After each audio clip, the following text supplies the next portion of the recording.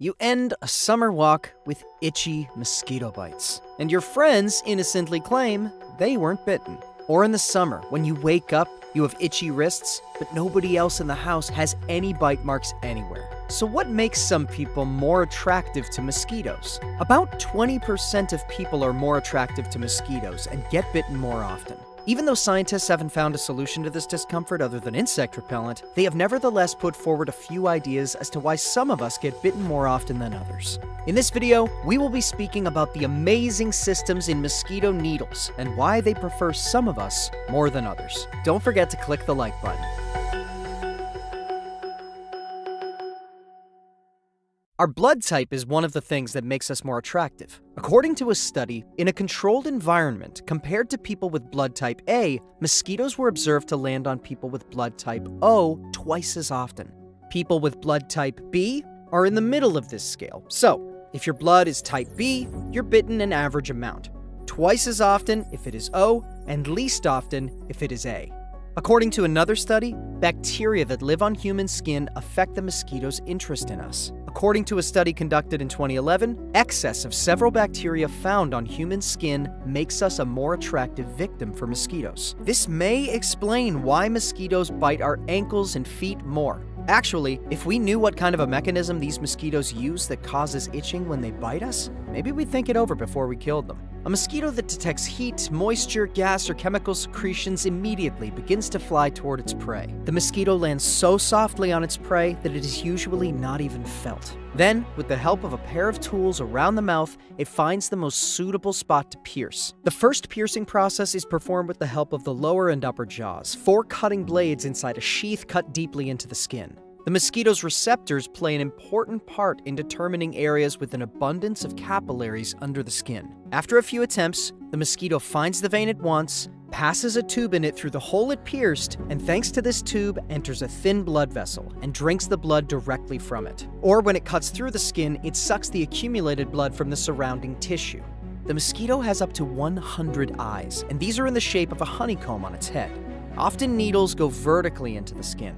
The most important feature of the mosquito's needle is that it can bend. Thanks to this amazing feature, the needle moves freely under the skin. Thus, the mosquito's needle reaches the area where the most capillaries are located. However, there is a very important problem waiting for the mosquito here. The moment a mosquito bites a human, a kind of defense mechanism in the human body is activated. An enzyme which is necessary to prevent germs from entering the body and to stop the bleeding secretes into the wounded area.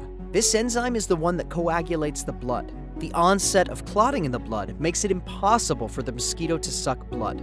Mosquitoes have a brilliant way of dealing with this. Through one of the piercing knives, it injects a liquid that prevents the blood from clotting. This liquid contains an enzyme that prevents the blood from clotting. This enzyme neutralizes the enzyme secreted by the body's defense mechanism, and the clotting stops. Moreover, thanks to this secretion, the mosquito administers local anesthesia to its victim, which numbs the area it cuts. Humans don't realize their skin is being cut and blood is being sucked. This enzyme is what causes the skin to itch. All of this happens in a few seconds. You don't even notice that a mosquito is biting you. After this information, it is inevitable to ask the following questions. How does the mosquito know that the blood has a feature such as clotting? How does it know that the process it performs will be painful and that the victim will take precautions because of this pain? And how does it develop a method of anesthesia in case humans take precautions? Applying local anesthesia before surgery is a method that humans developed in the medical world.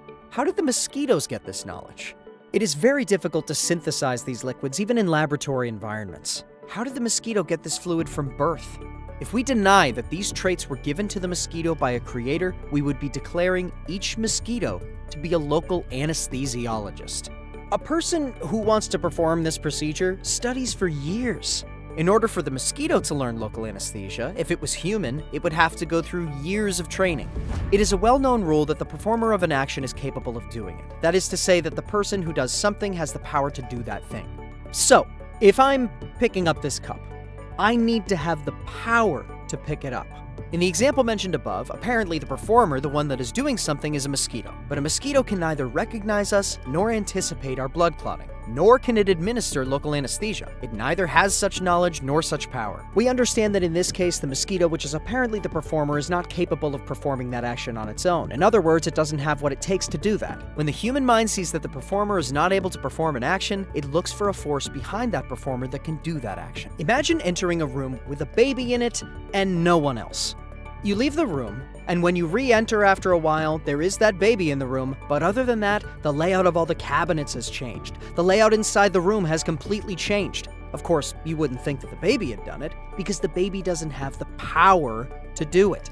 The baby is not able to perform that action, so it can't be the performer. It can't be the person who did that. The human mind would determine that a person who is capable, who has the power to do that, would have entered the room and done that. Just like that, when we take a closer look at many actions in the universe, we see that the apparent performers are not able to perform those actions on their own. Mosquitoes are only one of them. Mosquitoes are not capable of anesthesia. That's why there must be someone behind them. There's an action, and the performer of that action must be able to do it. So since an action cannot be without a performer, there has to be someone behind these creatures who manages these things. And we call that someone God. These are the exact words from Risale-Nur, commentary of the Quran. Since an orderly act cannot occur without an author, a meaningful book cannot be without a scribe, and a skillful embroidery be without an embroiderer, the purposeful acts which fill the universe surely have an author. And the meaningful letters and amazing embroideries which cover the face of the earth and are renewed from season to season have a scribe and an embroiderer. So just as a book has to have a writer, if there is an action, there has to be a performer. Just like that, when we look at the performers of the current events in the universe, the ones who apparently perform those actions are not actually capable of performing them. That's why behind all of this, there has to be someone who has the ability to do them. We call that someone God. Don't forget to click the like button. You can also leave your video suggestions in the comments section below. God bless you and take care of yourselves.